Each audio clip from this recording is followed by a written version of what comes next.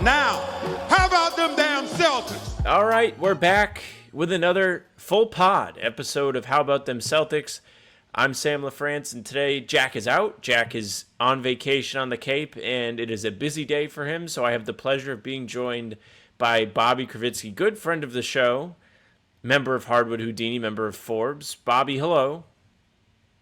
Hello, Samuel. Always good to be on. Like I said when I came on for the roughly 10-minute video we did recently, shout out to Jack. Summertime, Cape, that's an elite vibe right there. So I hope he's enjoying. The two of us, Jack and I actually have qualms with like beach vacations. Neither one of us are beach people. So while Jack is definitely having fun with his family and his girlfriend, there are other places he probably would rather spend the time. Not away from them, to be clear. I'm putting my foot in my mouth. Like, Jack hates his family vacation. That's the problem. It's not the Cape. It's not the beach. It's the company. Everybody in the comments, you guys can put free Jack today, and we'll get that taken care of for Until you. It's backwards. I would assume show. He's golfing there too, though. Oh, yeah. Probably. He loves golf. It's his favorite thing. Don't get it, but I'm glad he enjoys it. It's not for you. Are you pool over beach? Yes. Are you a pool can jump person, in the pool, or do you just? It's the better of two evils for you. I like the pool. You jump in. You like do cannonballs. You know, you don't have you're not gonna step on anything alive. Yeah, You're not gonna run into a shark. Yeah, exactly. I'll say this. I like both. I like being on the water. And I specifically mean the ocean when I say that, though. I find that to be tranquil and relaxing. So sure. I do enjoy that. But there's no doubt that the commute is presumably longer depending on where you are. Like if you're vacationing, it might be right there. But generally, it's a longer drive. You probably have to pay for parking. And then there's the sand in your feet at the end and everything. So I hate the there's sand. Definitely more of a hassle that comes with going to the beach. I despise the sand bottom so much. With that, we will get into it today. We have a fun show on the way. Again, big thanks to Bobby for joining me. We'll go through a few different topics. Interesting chat coming up on the repeater tax, which sounds thrilling to the casual listener, and how Anfernee Simons we're gonna get into trade related items on that front, though. We're gonna make it spicy. Well, yeah, we're gonna talk about what it could mean. Kristaps Porzingis did an interview in Latvian, but all of the translated quotes are out and about, and talk about what he had to say. Joe Mazzulla is at Pat's training camp.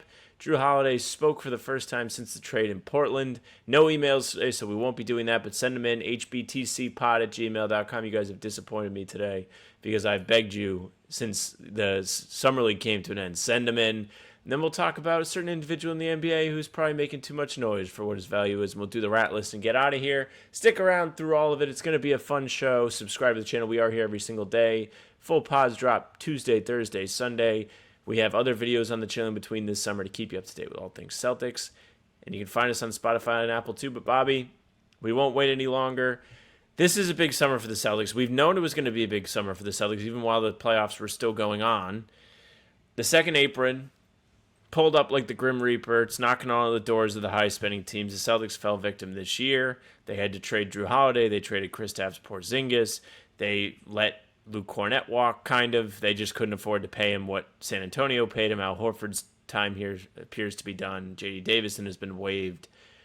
And now they're left with Georges Niang, who we both love, and everyone needs to stop being mean to, be #nice to Niang, and Anfernee Simons. Anfernee Simons, who the Celtics made, in least in my opinion, waves by posting a web story about fun facts about Anfernee Simons. They acknowledged that he was alive and a part of the team. So maybe trade talks have been stalling, but I hit you up today. I was like, please come talk to me. And I was like, what do you want to talk about? And you were like, let's talk about the repeater tax and how Anfernee Simons can impact that. And just to set the scene, the Celtics right now are $18 million over the tax line. They have been a tax-paying team for years. And with Jason Tatum clearly not being a part of this year's, at least early plans, probably not any of the plans this season, getting under the tax may be a good idea. Yeah, and so I want to start by putting it back on you. And I don't believe, because we're not the ones making the decisions here, obviously. So I don't believe there's a right or wrong answer. So I'm more just curious to gather opinions on this. How important do you view the idea of resetting the repeater tax, which, keep in mind, means not just getting under right now, and they have until the end of the league year to do so. So it's not just this season, but they do so in consecutive campaigns, and that's how you reset the repeater tax. The benefits of that are real. It's not this make-believe monopoly money style thing, but at the same time, how much of a point of emphasis do you think that actually should be for the Celtics? So I've got it here.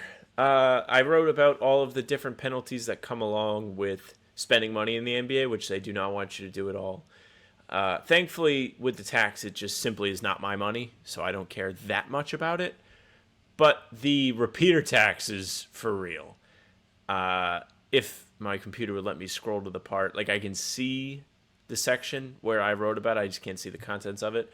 So, if you are in the repeater tax, your penalties are as follows. If you are spending anywhere from 0 to 100% of the tax bracket amount, it's $3 for every $1 you've exceeded it by. Once you get into the 100 to 200% over, it's $3.25 for every dollar. 200 to 300% is $5.50 for every dollar. And then 400% or higher is $6.75 plus 50 cents for each additional 100%. In this case, the tax bracket amount is essentially half the increase, or a little over half the increase of the salary cap in a year-over-year scale. So the example would be $5.5 million if it goes up, I don't know, 10%. That's the right. perspective. So the way I look at it is, keep in mind what you're asking the Celtics to do. If the goal is to get Tatum back next season, with the idea that we believe he'll be healthy, and as long as Jalen, Derek, and Peyton are healthy, then we can build out a title contender from there. To accomplish that, while again staying underneath the luxury tax, is really challenging to pull off. I mean, you need a season that's probably better than one should realistically expect from Hugo Gonzalez this season. You need to hit on inexpensive free agents that can be meaningful contributors. And so, again, it's very difficult to walk that line successfully. And if the priority becomes staying under the luxury tax again, which that's not how the Celtics operate, their North Star, they'll be the first to tell you, is championship contention and going after banners. And so, Bill Chisholm even told them this offseason that while it is understood what should be accomplished, what's responsible behavior, that make decisions that's in the best interest of basketball, not the finances. So when the penalties are significant financially, but that's it, once it blurs the line of, can we realistically contend after this season when we get Jason back at the expense of staying under the tax again to reset it, that's where ultimately I wouldn't be surprised, Sam, if the Celtics take the view of, we're going to continue to appreciate this era, which is so fragile right now moving forward. And so maybe they get under this season and they monitor Jason's progress and everything, and they go from there. That's realistic to me. But at the same time, I think if they genuinely believe come next offseason that they can get right back into title contention, I don't think that resetting the repeater tax becomes the priority. Yeah, I mean, if you're right, like if they are setting themselves up to be equipped to compete next season, I don't think they worry about it too much. But the penalties for violating the tax when it's not the repeater are significantly less than the ones I listed. And just to clarify, because I just had my brain melt when I was trying to talk about it, when we're calculating tax brackets, it's $5 million multiplied by the percentage of the increase or decrease of the salary cap in a year over year. So that's where we got the $5.5 million from. If it goes up 15% or 10%, then it's $5.5 million. with that being said, if Boston is able to ease those penalties on themselves, Chisholm is not concerned about it. He's been very vocal about it, as you said. It still makes it easier for him to open the checkbook. It truly does. Like, it's not my money. Like, I don't really care. If Bill wants to spend it, let him spend it. It's fine with me. Won't hold him accountable. Be happy that he's spending reckless. But it does make it very easy to do so. And you won't see, granted, it doesn't really matter at this point. It's a niche example that I cared about at the time. But the Jaden Springer trade in February saved them a bunch of money in the luxury tax because the tax multiplier was so high. He didn't make that much money on the books, but they were still paying him like upwards of $10 million because of the tax bracket and the multiplier and how much that was impacting them. They won't have to do that, especially like, would Jaden Springer have saved their season? No. Did he play well in the Summer League for Utah? No. Is he on an NBA roster right now? No. So he clearly isn't that impactful of a player, but I think there were moments that they could have used him down the stretch of the season or even like spurts in a playoff series where he could have been a defensive menace, and just having that and not having to cut ties with him to save yourself money would have been very helpful. So it makes it easier to keep your fringe guys together is the long-winded message I'm trying to convey here. Yeah, if you rewind the clock, maybe they could have kept Lonnie Walker if it wasn't for the financial good situation. Thing Jack's not here. He would have just fell out of his chair and had an aneurysm. I hope he listens to the pod. He'll be editing to this point of the show.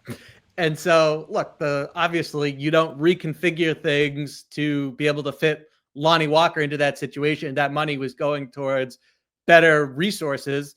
And then, this go around, maybe they keep Luke Cornett. And that's why one of their priorities right now is to regain flexibility moving forward. But the most interesting player that this conversation relates to from the current roster, actually there are two. One is Sam Hauser, because even just being over the first apron comes with a significant tax on his contract. His contract is team friendly at the moment, but as things are currently constructed, it becomes expensive when you factor in the tax hit because of how much the Celtics have invested in the payroll in recent seasons. So I wouldn't say it's a situation to monitor because they like him and are clearly working to keep him. And the Celtics, for as much as they move in silence, it's radio silence on that front for a reason right now. So I wouldn't say, hey, keep an eye on Sam Hauser at the moment, but it is noteworthy that as currently constructed, he comes with a significant tax hit that becomes harder to justify keeping him around. Ultimately, I think he's staying put though. But with Simons, that one is twofold because he is a good young player who the organization likes and has liked him for years. And so I'm sure they would love to work with him and see if something clicks in a different environment and infrastructure. And now he's on a contender. And the idea of Anfernee Simons can be your sixth man. And no, I didn't stutter there. Peyton Pritchard starting. So if Simons can be your sixth man, that's really valuable and something that you would want to have if you can re-sign him in the offseason, which is realistic to think depending on how much the Celtics are willing to spend. So I'm sure in a perfect world or under the old CBA, they'd love to keep Anfernee Simons around. It also allows them, because he's on an expiring contract, that if they really want to reset the repeater tax, they can just buy him out. You look at what the Suns did with Bradley Beal, and that gave them some freedom. And they can wait on this. They can do it right now if they feel like the market's not going to change. But it is an option they have in their back pocket that you mentioned. They're $18 million over the tax, and he's making 27. In a sense, I wrote about this for Houdini. They control their own destiny because they have that in their back pocket to be able to say, okay, we need to get under the luxury tax if they feel that strongly about it. Nothing's brewing on the trade market with Simons. Let's go ahead and do this. Yeah, and I mean also because they waived JD, they're now under the second apron, and it doesn't give them infinitely more leverage because, well, they could have just waived JD Davison at any time. Like, that was always there. They could have made the move. But other teams do not have as much, you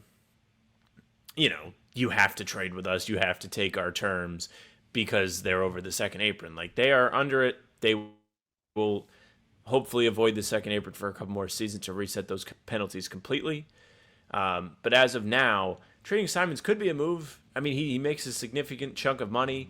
The weird part of this is, like, when it boils down to it, if you trade him in another salary dump to get below the tax, you've traded Drew Holiday for whatever you end up getting back, whoever makes $9 million or so, to make it possible for you to cut the tax. And that's where it becomes tough. Like, do you really want that to be the legacy of this offseason? No, but, like, Steven said it to all of you guys when you guys were at the press conference, I think it was before Summer League, where he was talking about this. None of this happens if it's not for the CBA. None of it happens if it's not for the second apron. And that's why they made all these unfortunate moves. But I want to tell you guys about Prizepicks. Prizepicks is the best place to get real money sports action this basketball season, or basketball season, I should say, when it isn't season. This baseball season right now, which is what I've been enjoying. The Red Sox just beat the Dodgers in a series, so I'm thrilled. That was fun. So shout out to Prizepicks for making it even more fun while I was watching. You just pick more or less than at least 2 player props for a shot to win up to 2,000x your cash. Run your game all season long on Prizepicks. I was taking the more on Sedan Rafaela hits and runs and everything like that. And Alex Bregman has been on fire lately too, hit a home run the other day. So that's been a fun thing for me to pick too. Sam and I do the Prizepicks every single pregame show when the Celtics are in session. So make sure to come on down, hang out with us, and do the Prizepicks there as well. Download the app today and use code CLNS to get $50 instantly after you play your first $5 lineup. That's code CLNS to get $50 instantly after you play your first $5 lineup. Prizepicks, run your game. But yes, Simons could be a trade candidate. The Celtics have made a tough offseason for themselves with the CBA. But yeah, what I'll add to it is you mentioned that, hey, the legacy of this offseason and ultimately a Simons trade, the return there is what you got back for Drew Holiday. I mean, scenarios that make a lot of sense to me are ones where you find a less expensive expiring contract and you're essentially giving him away. And then what you do is you buy out a less expensive contract than his $27 million. And that's how you get under the luxury tax. And maybe there's a second player involved and maybe you keep him, maybe you don't. But, it makes a lot of sense. If the goal is to get under the luxury tax, then I don't know if the return for Simons, quite frankly, even includes draft capital. So the return for Drew Holiday, when you look at it like that, it might just be the 1 second-round pick you ultimately got back from Portland. So we'll have to see how they go. But again, it's why it behooves the Celtics to really try and plan things out for the short term beyond just this offseason and figure out how firmly they stand on trying to get under specifically the luxury tax, because Simons is a potentially valuable piece to have in the fold when Tatum comes back, when they feel like they can compete for championships again, as Jaylen Brown enters his 30s and everything. And so we'll see there on that front how things stand. But if the idea is we're going to move on from Simons, whether that's a buyout or if we find a trade, great. Then what makes a lot of sense to me is trying to find a less expensive expiring contract as the primary financial return, and then you ultimately buy that person out. That's a route that is practical to me if the Celtics want to get under the luxury tax. Yeah. The problem with Simons is there's not really a market for players like him. Like, Colin Sexton was a guy when we were going into the offseason here, thinking about the kind of moves Boston can make, where they could send Porzingis, where they could send Holiday. I was like, whoa, what if they got Colin Sexton back to be like a Drew Light and try his best on defense while he's not an elite defender by any means. He definitely is like a high effort guy, and he can still score the basketball. Then we see him get traded to the Charlotte Hornets for Nurkic, who Nurkic, by the way, has been the epitome of a negative asset in the NBA for years. And Utah had to attach a pick to Sexton. That's how invaluable. That was confounding. The better crazy. player who's slightly less expensive, and they were the side that attached the pick. That was strange. It just to pile onto that, like, Simons is not a good defender. He's a high-level scorer. But there are so many talented guards in the NBA now that you don't really need to go out of your way to get somebody like him when you can find someone who's similar, maybe not as good, but can give you more defensively for probably less money, and you don't have to give up assets to bring them in. So the Celtics feel like they're kind of trapped, at least as of now, because we've heard nothing, which is tradition here. They don't make a lot of noise, as you said earlier. But who knows? I think there's part of them that wants to keep him and see if they can get him to become a better defender too. And it stinks that the CBA and the luxury tax are making that difficult for them to do, because if you turn Simons and you made him just, I don't know, 25, 30% better as a defender, and you look back on it in a few years, you're like, wow, like that's a pretty good return for Drew Holiday, who at the time is going into $104 million worth of money over 3 seasons, and he's not going to be getting younger. He's going to be 37 by the last year of that contract. Could turn out to be a pretty good-looking move, but if they just have to dump him, then it's like, well, fuck, man. They just gave up Holiday for nothing, who is a contributing high-level player on a championship team. By the way, was one of the better players as the playoffs went on. Like, borderline conference finals MVP level performance, and had a massive game in the finals too. Yeah, the idea that moving Holiday and the big reward is that you just shed his money and you either take on minimal or, none at all potentially. The idea that that's viewed as good business sucks. And it speaks to why people don't like this current collective bargaining agreement. And it's unfortunate that the players agreed to this. Since it took effect, I've been looking at that 2030 potential opt-out as, can we just survive and get there and reset with a more, I would say, fan-friendly, not to mention player-friendly in, some regards, like the movement nonstop, and there are players getting squeezed out of the league. And so I would love to see a new CBA, obviously no lockout or anything like that, but 2030, they can opt out. I'd love to see that happen under ideal circumstances as far as a solution goes.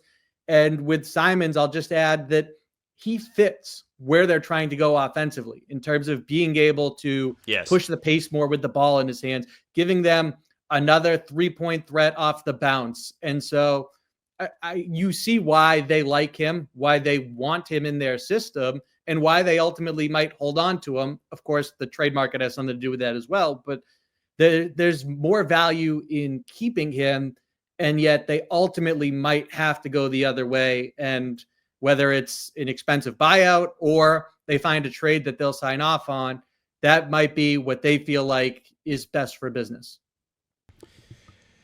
Yeah. The CBA is a motherfucker, man. It's fucking crazy. Just watching guys have to...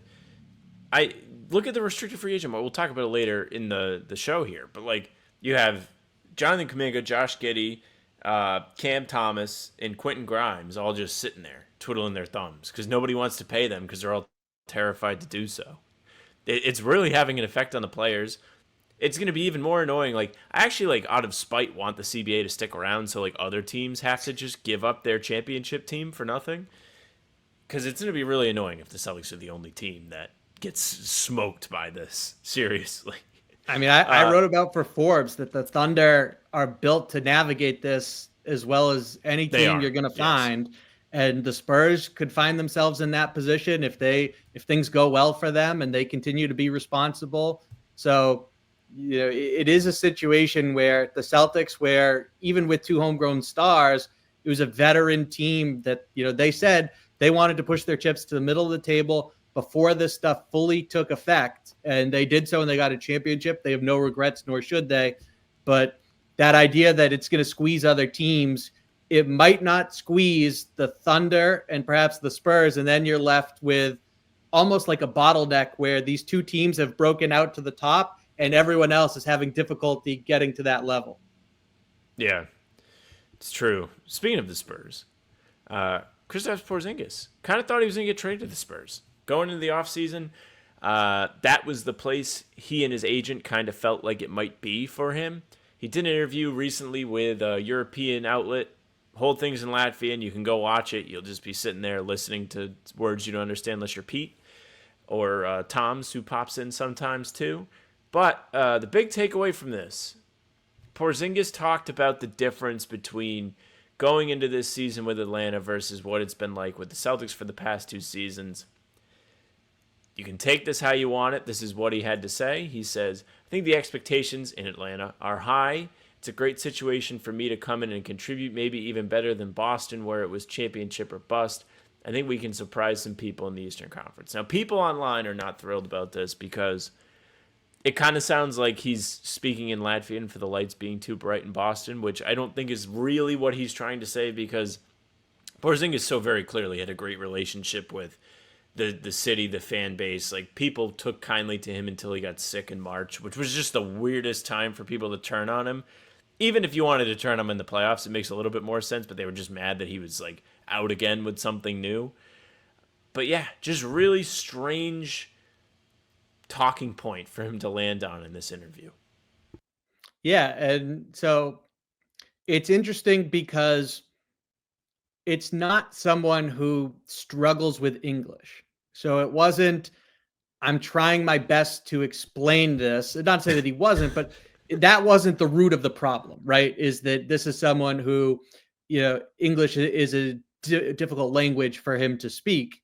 And so I think it's pretty clear, certainly my interpretation is what he's saying is there's a joy that comes from having less stress, less pressure, and also understanding that we can be very competitive. And maybe he sees a path to a championship, being a part of that team and all of that. And so we'll see. It's funny because when he first arrived in Boston, the first thing I asked him was, how motivated are you, knowing they traded for you specifically with the idea that you're going to be the difference maker in why they win a championship? And he said it was the most amazing feeling that he could have, and that it's going to fire him up the entire offseason. And so now he goes to a situation where that pressure doesn't exist, and he appreciates that too. And it's easy to understand that pressure can make for a tense atmosphere at times and make things certainly less fun. So Porzingis, I think that's all he's trying to say, is that this environment, this situation, the expectations that he's inheriting now in Atlanta, it's just a little less nerve-wracking, a little less tense. It's a little easier for him to relax. There's a little more levity attached to this situation than what came with the expectations that he was carrying with the Celtics. Yeah, I mean, personally, I like Atlanta this year. Like, I really like what they've done this offseason. I haven't been shy about it on this show. I think Porzingis really, granted, like, he might not play, just from what we've learned. Sometimes he's just not available to play, which is what everyone told us all before he got here.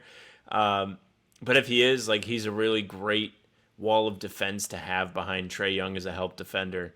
I think his offensive game really makes for a great pick and roll partner for Trae Young too, along with some of the other guys that have been there, and also Nickeil Alexander-Walker joining the team.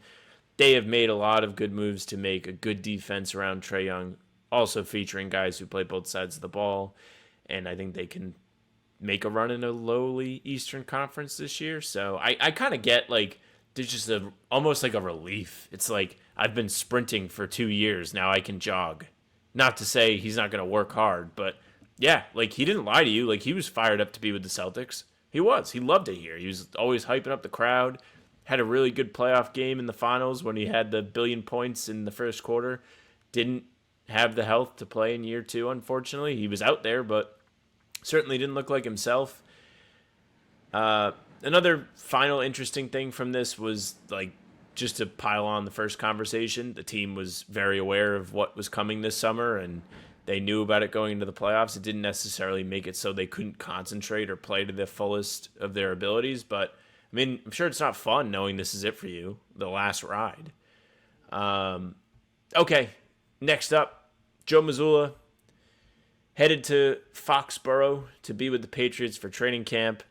This has been, I would say, yearly tradition. I'm pretty sure he's done it every single year. He's been the Celtics head coach. He's not shy about wanting to get out and see how other coaches operate. And, yeah, he's walking around Mike Vrabel. Yeah, we saw Vrabel at the Auerbach Center before. So the coaches, there's a great synergy between them. And that's not unique to Boston, but it is special. Those relationships tend to be pretty strong. And I know that Bill Belichick used to always text the new coaches that would arrive. And so now Joe Mazzulla, he suddenly finds himself one of the longest tenured of the 4. And him and, he had a relationship with Mayo, and he'd go sit in on those meetings. And now him and Vrabel get to develop that same type of a connection. And one of the things that won't surprise anyone, I think it's it's a characteristic of a coach to begin with, but especially it applies to someone like Joe Mazzulla, who's got a very inquisitive and curious nature about him, where Vrabel said, quote, he's always trying to learn and gain knowledge in different ways. I always love my conversations with him. I'm excited that he could come out here with his son today. And so I think what you see there is Mazzulla, he doesn't just want to be the head coach from another sport that comes in and gets to take in practice and have conversations with a Mike Vrabel, for example, in this case, about, hey, can you just chop it up about the family and everything, and these almost like non-beneficial conversations to Joe Mazzulla, the coach. Joe Mazzulla goes in and sits in on the meetings and whatnot, and is trying to learn, how do you go about from a teaching standpoint? And so to me, I think it's very beneficial. And to have someone like Vrabel, who's very detail oriented and who communicates in a certain style, for Joe Mazzulla to both see that and how players respond to it, I think ultimately that's knowledge gained that can help. Yeah, and it's very on brand with like all of the silly quotes we've heard from Mazzulla, like when he does podcasts. Like, ironically, like he is trying to win the situation when he visits the Patriots. Like, he's trying to learn as much as he possibly can, take it all in, instead of just making it like a PR trip where it's like, hey, look, he was here, and walking around and talking to Vrabel about whatever. He really is trying to learn the most he can, as you said. The interesting thing about this to me is like, what we're about to see is probably the most interesting Joe Mazzulla season. He's never had like a shit team. Like, is this Celtics team a shit team? Probably not, but it's the closest thing we've seen since 2021, right? Like, they are not expected to be a serious contender. People don't even know if they're going to make the playoffs straight up. They might be a play-in team. They may tank. The avenues are infinite for this team, and Joe Mazzulla has a big hand in how well they actually perform. What can he do? How much lemonade can he make with some of the lemons that has been given to him over the summer? Yeah, how does he handle when things are not going well? Do they hit a rough patch where they're on a losing streak? How does he navigate that? Does he get the most out of players who all of a sudden are performing above expectations? It'll be very interesting to see. And he's got intriguing coaches locally to lean on that front outside of his basketball connections, Vrabel being one. He's coached bad teams in Tennessee before. He's probably been a part of them as an assistant elsewhere, like with the Texans, for example. So that's someone that he can go to as he cultivates this friendship of, hey, what was your messaging like? How did you try to help the team get through this? What worked? What didn't? And the same thing, Alex Cora, for years now, the Red Sox have come into the season with low expectations. And usually when the trade deadline rolls around, they've outperformed them and been competitive for a playoff spot getting up to that point. And then regression kicks in. The team has been disappointed. They didn't make moves at the deadline. And all of a sudden they fall back to the back and they fall out of it. But to get them to that point and to get off to a good start, which can be so important when Joe, he goes into this firestorm to start his head coaching career in the NBA.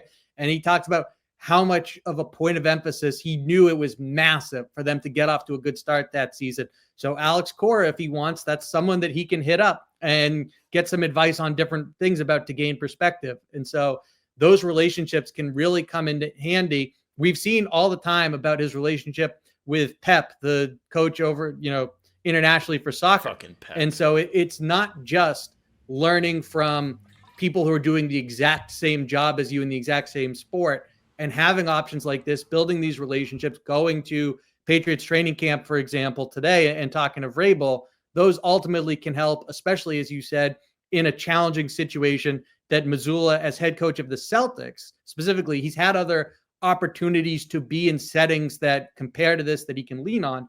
But as a Celtics head coach, he is not. So being able to draw on other professional head coaches who have, that ultimately can help him. Yeah, it definitely can. Like, you make a good point about like how is he really going to handle it when it doesn't go well. Like, first thing I think of is like how, I wouldn't say difficult. Like, I don't think Joe is necessarily mean to the media per se, but like after a bad loss, it's a little different. Like, he can be very upset. He's a competitive guy, but also like internally, how does that work? Because Mazzulla is always like the biggest, he's beloved by the players by all accounts, like everybody gets along. But when your team isn't set up to be the most competitive, or it isn't your year, how differently will the players react to some of the like insano, like we have to win everything, we have to give all of our attention to detail for this and that? Like, when does it become like, okay, let's all calm down in a minute, like this is just not what this is going to be this year? And I hope he doesn't lose like locker room guys, but I think if it's not done correctly, it could be possible, especially for like some of the newer guys. I think the guys know what they're getting into that are coming back, but like who knows what is in store with the players this year. Well, so I think you have to trust your locker room leadership and your veterans there to maintain that standard no matter how things are going, no matter where you are in the season. And then also it becomes a little bit like baseball, where the team success matters tremendously and you need people to care about that. But at the same time, if it's what are we playing for here? And I still think there'll be a playoff or play-in team, so they'll have something to compete for and go after.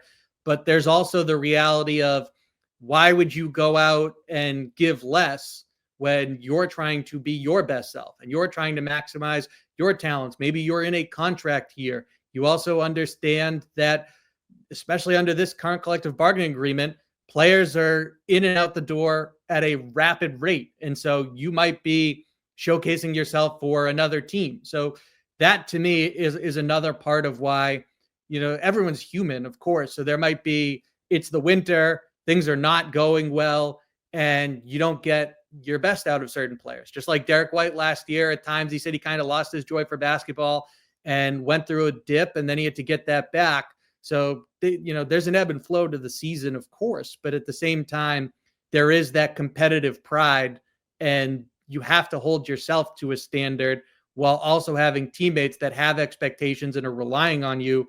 So that to me is what I look at as, okay, even if, for example, Jaylen Brown is used to competing for championships and they're not, he still has countless reasons that matter tremendously for why he should continue to be at his best as a leader and a player from an individual and a team perspective, regardless of what's happening in the win and loss column. It's true. It's true.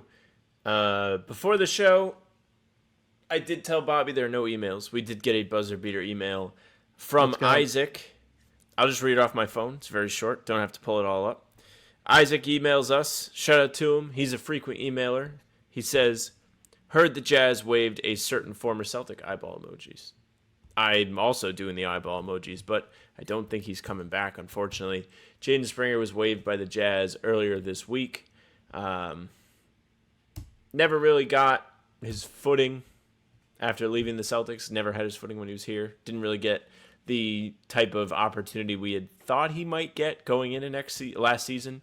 After a strong one game at Summer League that I was like, whoa, this guy's incredible. He's going to have a great preseason.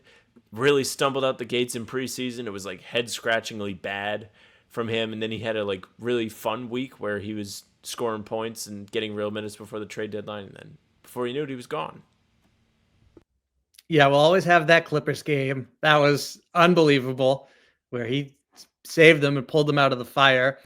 Ultimately, there just hasn't been enough offensive development. So defensively, he's a bulldog, and he's had success in his career against some of the best players, whether it was Tatum or Doncic or even Steph Curry. So that end certainly draws NBA interest, but there just hasn't been enough offensive development. And if it's, you can't run the point, you're not a shooting threat, and you don't really make an impact as a cutter either, then the reality is that, yeah, he's young. He turns 23 in, I believe, September, but teams are going to be more inclined often to go look elsewhere at who they're taking a chance on at the end of the roster. Now, with training camp and expanded rosters, maybe he gets another opportunity on that front.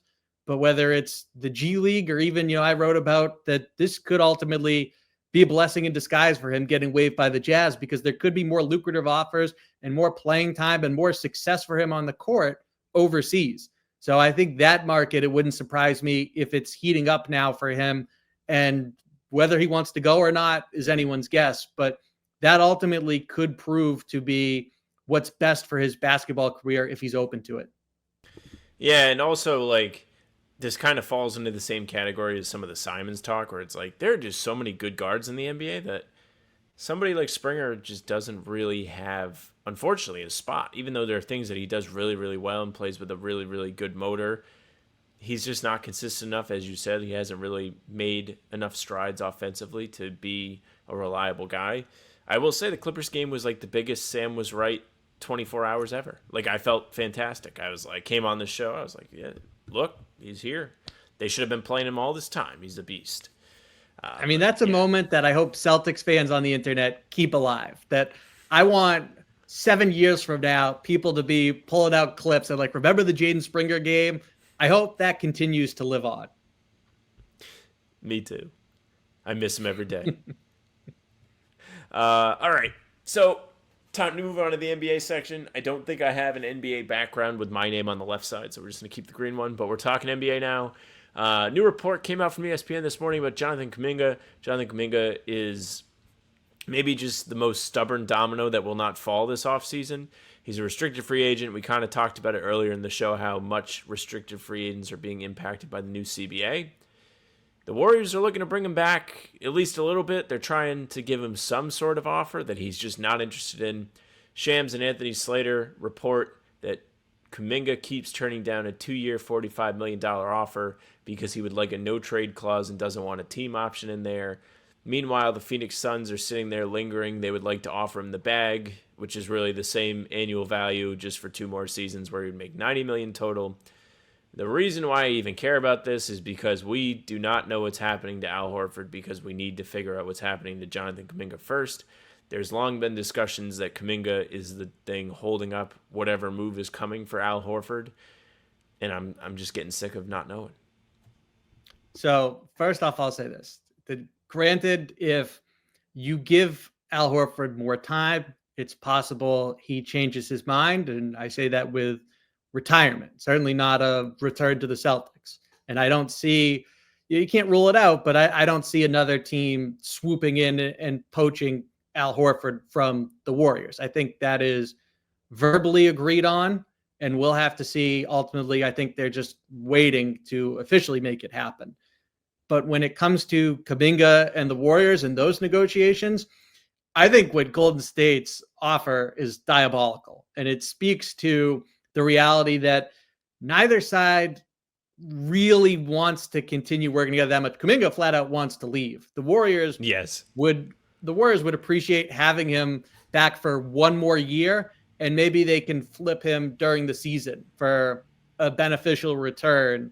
But they're not interested, and you could tell by the offers, in a long-term partnership with Jonathan Kuminga. And so the idea that they want him to waive the no trade clause and put a team option into this offer, I mean, that is essentially lowballing him. And like, there's no way he should accept that deal. And so if you're Kuminga, it's almost like you're just continuing to waste time by making this offer. So the Warriors, I suppose, shoot your shot. The worst he can say is no.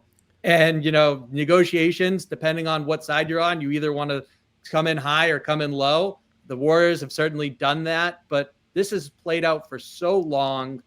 I understand there isn't really something to rush it right now in the deadline spur actions, but it's so unlikely and would be so confounding if Kuminga accepts this deal on Golden State's terms that really they're just wasting more time. How much do you really think he should be worth, though? Like, this is a guy that they don't want to play consistently. It's those details. So you think the money's fair, but he should get a no trade clause? Well, so he was, as a restricted free agent, if he, like, the traditional contract for his situation would include a no trade clause. And then they want him to waive that. So now he doesn't, there's always some control, but he doesn't have something in the deal that allows him to dictate his next stop. This was the big hang up with the Clippers and Paul George, is that he was willing to take their offer and leave money on the table, But he said, in this case, he wasn't inheriting one. He said, give me a no trade clause so that I'm leaving money on the table to stay in LA. If things go a certain way and you can trade me, I want to be able to control where I go. And they wouldn't give it to him. And you saw what happened there and how well it worked out for them. With Kuminga, it's a situation where he is poised to get one unless Golden State asks for him to remove that from the contract, and he obliges. But given the situation and that a trade is coming, it would be negligent on his part. There's no reason for him to say yes to that, understanding how likely a trade at some point in time would be on the heels of him signing this contract. This whole situation is just so silly because, like you said, like neither side, they hate each other. Like Steve Kerr is not like Kuminga. Every time I see anything about Kuminga, it's that Steve Kerr's not playing him enough. And Phoenix is over there talking themselves into like maybe things will be different, and maybe they will. But like Steve Kerr just doesn't show up to the games. Like he's at practice. He has probably good reason for not wanting to give Kuminga time. And maybe Kuminga's a guy that you would like to try out on a team that doesn't have like title aspirations or doesn't have an all-time great playing on the same court as him, where he's kind of going to take a back seat and be a role player. Maybe if you give him real opportunity, he can be a legitimate guy, legitimate scoring wing in the NBA. He hasn't really done anything to impress Steve Kerr and the Warriors, so I don't really know how much he should be worth. I didn't know that the no trade clause was part of the deal, which is good to know now. And the team option is the other detail there, that if you're Kuminga, you want control over your NBA future. So the idea that they're going to have that and you don't have a player option, why would you agree to that? So ultimately, we'll have to see. I think the Warriors believe that they're going to end up with both Kuminga and Horford out of this, and then they can trade him at some point. But you do wonder if negotiations continue to go this way and there's just no budging on either side, maybe there is ultimately a trade that's worked out. And the Suns, you mentioned them and how much they want him. I think the Miami Heat fall into that category as well. And so maybe ultimately this ends with a resolution that sends him elsewhere this offseason. We'll have to see, because I think the Warriors, and you can kind of tell by how they're negotiating with him, I think they still believe that ultimately they'll get him back, even if it's with the idea that he might not make it out of the season with them. Yeah, I mean, there are teams that are interested. I would say, what is it going to be, 22.5 annually? So not too bad for a guy that you can talk yourself into being a rotation player. It doesn't seem like a super high risk deal. It's going to end up being one of those untradeable contracts. So the Warriors can definitely get out of it if they would like to. And other teams would be interested in taking him on. He's still only 22 years old. And you can be like, we get our hands on him, we're going to turn him into a superstar. It's just kind of how it goes in the NBA, at least from like a fan's perspective. That's like why Kuminga, it feels like he's one of like the favorites of the aggregation accounts, because people forget how young he was in the draft. And it's like, man, in my 2K league, he would develop into an all-star level guy. And that's just how we all think of it as non-GMs. Any other Kuminga thoughts before we do the rat list? Any other NBA thoughts? Anything you want to discuss around the association there? No, I think we hit on it. And especially just, you look at the restricted free agent market, that's where people who love offseason developments, that's where they tend to gravitate right now. And Quentin Grimes is another one that he's a really valuable player, and he's just sitting there for anyone to come and sign to an offer sheet, and yet it's not happening. And so you feel nobody has money. That's the thing. It's just, this new CBA is such garbage, and the idea that there aren't resolutions and there's no need to rush, so there's no progress being made seemingly, that I'm waiting for 2030, Sam. We need to see a new and improved collective bargaining agreement, because Grimes is someone that someone should be able to scoop up right now. And there's not even like a prospect you hear about, like with the Suns, for example, in Kuminga. No teams get mentioned on the Quentin Grimes front, despite how good of a player he is and his age as well. And so it looks like he's going back to Philly on a deal that he's not going to be thrilled about. And they'll go from there. Maybe there's a better deal that keeps him there next summer. But yeah, there's like what's happened to restricted free agency. I think, interestingly enough, it was CJ McCollum, who belongs on the rat list for his role in this. But I think it was him, I could be wrong, who talked about how we need to remember how valuable NBA free agency is to us as a business and what it does in terms of generating attention and bringing that to our league and getting people talking about us, keeping us in the headlines. And this is one area where this current collective bargaining agreement has essentially killed restricted free agency. And so it's not a great look on the league's part that this is happening. Well, I think like the free agency part of this isn't necessarily connected to the CBA. I could be very wrong.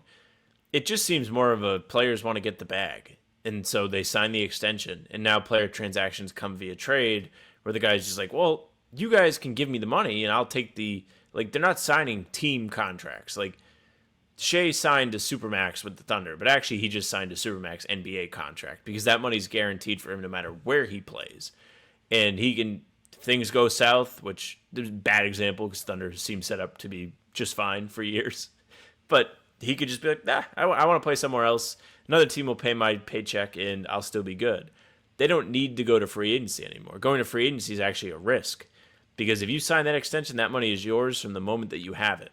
If you wait till free agency, you get hurt during the season, you could end up having to take a pay cut. Like Dennis Schroeder didn't sign the extension. Then he was the famous one where everyone talks about him fumbling the bag with the Lakers and he hits free agency. That's what players are looking to avoid now. So I could be wrong. I don't think that there's anything necessarily in the CBA that is pushing towards this. It definitely doesn't help teams that don't want to spend money on free agents, but nobody has the money because they are just tied up with extensions. Well, so two things. I'll say you're absolutely right about free agency in general. And Rich Paul said of his client, Brandon Ingram, that we knew. Fucking Rich Paul. They got to ban that guy, man. Shout out Rich Paul, the GOAT. And so he said that, they knew the offer he got with the Raptors was not going to be available to him on the market in free agency. And restricted free agency has always been less kind to players than unrestricted free agency, naturally. But I can't think of an example off the top of my head where you had three good young players who teams value around the league, and there's no market for them seemingly in some of these cases. And the other ones, it's almost like just delaying the inevitable right now, where you're ultimately going to stay with your team on a deal you're not thrilled about as we get into August. The idea of that happening is a product of the new collective bargaining agreement. And it's not just teams and extensions, it's teams navigating the penalties, whether it's the financials, the roster building restrictions, or both, of what's happening with the aprons now and the penalties that come with them. So it has absolutely dried up the market or taken some of the best potential options from the old CBA and removed them from the equation when it comes to who a player like Kuminga or Grimes or Giddey can reach out to. Cam Thomas would have a home right now as a restricted free agent under the previous CBA. And now it's almost, I think people treat it like, who cares, and just sign whatever you can get from Brooklyn because this as a headline doesn't move me at all. So as both generating interest for the league as a business and what it's done to restricted free agents and players who, again, are young and talented and have attractive upside and can come in and help a team right away, including playoff contenders, and yet their markets are small at best. I think that's a problem that stems from the current collective bargaining agreement. Cam Thomas, by the way, just what a character. All the reports, like he thinks he should get superstar money and stuff. Like, I mean, you get it. Like, you're Cam Thomas, you look at your numbers and you're like happy about it, but just the ultimate tank commander over there in Brooklyn. He's probably ceiling his Peyton Pritchard, at least as like a role on a competitive team. I mean, Cam Thomas can't spot the difference between Cam Thomas and Michael Jordan. No, that's him. It might as well be the Spider-Man. It ain't shit funny. All right, Bobby. Rat list. Do you have anything? Do you have anything that's been aggravating you, rubbing you the wrong way? Anybody that deserves to be aired out? Not really. I hate to come up empty on the rat list. I'm enjoying things right now. I had a great time in Las Vegas at Summer League. So, yeah, there's nothing that severe. Like if I put something on the rat list for the sake of doing so, I will say that I wasn't thrilled about having to check my bag flying back. It fit going to Las Vegas, and me and Jack got stopped on the way back and we had to check it. Now, it was a pretty easy process. Like, we get back and the thing was on time and our bags came pretty quickly and we were able to go about our business. But it's just the idea that like there really was enough room on the plane and it should have been able to fit in, and it's kind of nonsense. And they're more like incentivized to stop you and to try and check bags. Like there are places it's come out that the people working there were financially rewarded for being able to get people to pay for it. Now, Jack and I, we did not have to pay. I will also put that in there. Again, I'm coming up with something for the rat list here, but it would have been so much easier and felt like it could have been accomplished that we could have gotten our bags onto that flight. I saw openings as I'm going to my seat. So it was an unnecessary hassle to deal with. It reminds me, I went to Texas in April, right before the playoffs, a couple friends. 3 of my friends checked their bags. There were 5 of us. Me and the other guy are waiting for the others so we can all go to security together. I know for a fact my bag is fine. I've flown with it several times. My friend Frank is uncertain. The others all went. We're going up. Like when you go to security, like there's the guy that's like, go in this lane, go in that lane. Like, this is where you need to go. Almost like an usher to security. He's like, well, if you have pre-check over here. This guy was such a prick to my friend Frank and was like, go check your bag. Made him go check it. He had to walk all the way back to the baggage counter after everyone had already went. We had to wait for him. Dude was boiling before we got on the plane. I'm not a check bag guy. Don't want to have to wait for my bag. To be honest with you, I probably should do it more. Like, it is like a nice thing not to have to carry it onto the plane, but I don't want to have to go and find the aisle, or not the aisle, the conveyor belt where my bag's going to come out. Worry about them losing it, which if you go direct probably isn't a problem, but I don't know. Some people lose their bags and stuff. Rat list for me, I always am so shit. I need to start writing them down. Rat list. You know what's rat list? I thought you'd have something ready to fire. I'm surprised to learn. I do. I had forgotten it, and I was trying to stall. Rat list is, I hate when these websites play ads automatically. Like, why does every ad have to be like a video? Because it just makes my computer blast off. Like, my computer sounds like a fucking rocket ship.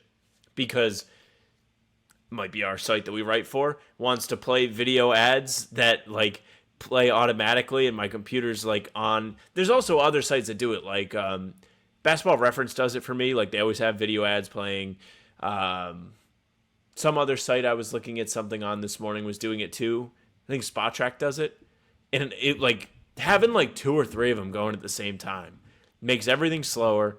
My computer's laboring, the poor thing. It's going to need like a breather, an ice bath after we're done recording the podcast today. Yeah. Not every ad needs to be animated. Okay. This is a phenomenal thing to put on the rat list, because YouTube at some point in time, they changed it to where now you'll get 2 advertisements automatically. Yes. And so you can't skip the first one. You can't skip them. I mean, what nonsense is that? Like, who asked for this? What are we doing? I don't care about the profit margin from this new scam, rat list maneuvering. I'm take it and send it back. This was a horrible idea on YouTube's part that has abandoned the consumer. So I'm not a fan of that at all. Well, Bobby, they want you to pay for YouTube Premium, of course. It's not going to happen. They got the wrong person. They got the wrong person. Anti-Rat List is you. You had recommended to me to listen to the Steve Gerben Are You Garbage podcast. I finally get to finish it yesterday just because my regular like podcast, I wouldn't say workload, but my rotation is slimmer in the summer because there's less basketball going on, so I have more time for the comedy pods. Gerben talking about going and doing lip syncing in high school all 4 years was hysterical. I mean, his experiences are just like, yeah, he's one of those people who you can even see from the show Tires that yes, this guy is exactly like this off camera. This correct. is not someone playing a character. He's playing himself. And then when you get to see other sides of it beyond a scripted show, it delivers. It's so entertaining and hilarious, whether he's on Are You Garbage or Flagrant 2, getting him on these pods or like having Shane with him, especially.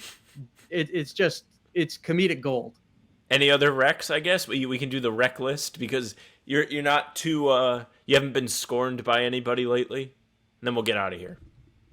No, I'll get you a list of recommendations off the air. Trying to think if there's anything like I have a pretty steady lineup of comedy pods. And like you said, in the off season, you fire up more of those. So just like in general, and there have been some really good episodes. Like if for the people watching this who enjoyed New Girl, there's a great comedy podcast called Tiger Belly, and they had on Lamorne Morris from New Girl. Oh, he's awesome. And he was fantastic. He delivered. So it's like him and it's a stand-up comic, Bobby Lee, and a couple other people. So that combination and their friends, so they had that chemistry built in. Very good episode. And it's only like 2 weeks old, so it's pretty fresh and recent. Charles Barkley, Pardon My Take, is mine. Awesome. I didn't see it. Like, anytime Charles Barkley does anything is awesome. But he was on, and watched Straw last week, the Tyler Perry movie, which is on Netflix. It's definitely like it's a thriller, like sad movie, but it's also kind of funny because this woman has like everything in her life going wrong. Sorry to like, I'm not going to spoil the movie, but like, she kind of like accidentally robs a bank, and there's all this stumbles into the cash. Yeah, she like accidentally robs a bank, and like there's like a standoff. Yeah, it's crazy. That's nuts. That's a great tease to get people to go and watch the movie. Like that's where all of these she just does it on accident. But anyways, we can wrap it up there, Bobby. Anything you want to plug before we get out of here? Yeah, go check out my work over at Forbes as well as Hardwood Houdini. You can find me on Twitter at Bobby Kravitsky. And over at Hardwood, I've got all your Celtics coverage. Over at Forbes, I have exclusives ranging from Ugo Gonzalez and Amari Williams to some of the top prospects from around the league. I talked to 5 out of the 7 first picks in the draft over there at Summer League and was able to talk to some people around them, especially from within the organizations that they play for. So go check out those. And we've got a couple of new ones that I'm excited about. One with Nick Clifford and people from the Kings who are really optimistic about what he can become and the impact that he can make immediately for them. That is either going to be dropping on Wednesday or Thursday. And then we've got another one that is relating to the Celtics and Max Shulga that will probably be coming out either Sunday or Monday. So in the short future, we've got those two lined up over at Forbes. All right. You heard it there. Make sure you check out all of it. You can follow Bobby on Twitter at Bobby Kravitsky. As he said, he'll be posting everything he's doing over there. As for the show, thank you very much for listening and watching. Make sure you leave a like, comment, subscribe. Jack and I are here every single day with new content. Full pods drop Tuesday, Thursday, Sunday. During the season, we have game recaps morning after each game, and other videos are on the channel in between to keep you up to date with all things Celtics. All of our stuff's going up on Spotify and Apple too, so if you just want the game recaps and pods, follow. They'll go right to your feed there. Leave a 5-star review. We'd appreciate that very, very much. Email us, hbtcpod@gmail.com. This is the time of year for the emails. Big shout out to Isaac. Get them in, people. Today. Anything of interest, send them an email.